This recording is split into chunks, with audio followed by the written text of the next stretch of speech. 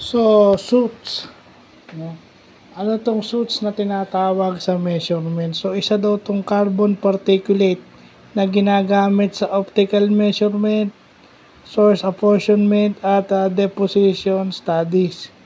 At saka aerosol aging at radiative forcing. So, science sa vlog ito. No? Ang isang inch daw ay merong 8 suits. At yung one suit, yung isang suit is equal to 3.175 mm. So, ayan. Yung inch to suit at yung suit to mm, ayan. Ginawa na natin yan. So, science sa vlog ito. Carbon particulate. So, ibig sabihin yung optical measurement, yung aerosol aging. Ginagamit daw to sa aerosol aging. So, aerosol yung sa mga anything na may carbon at saka may aerosol yan. Isa sa units of measurement is yung suit. No? Yung isang inch is merong 8 suits. No?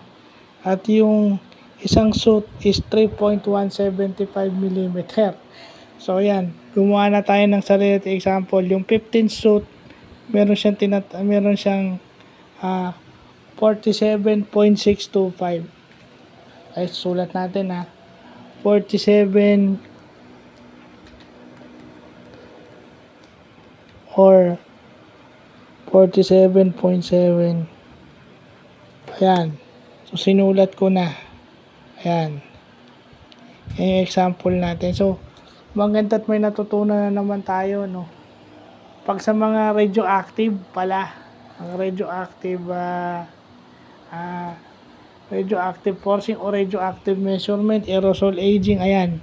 Yung suits pala yung ginagamit natin. So, yun lang po.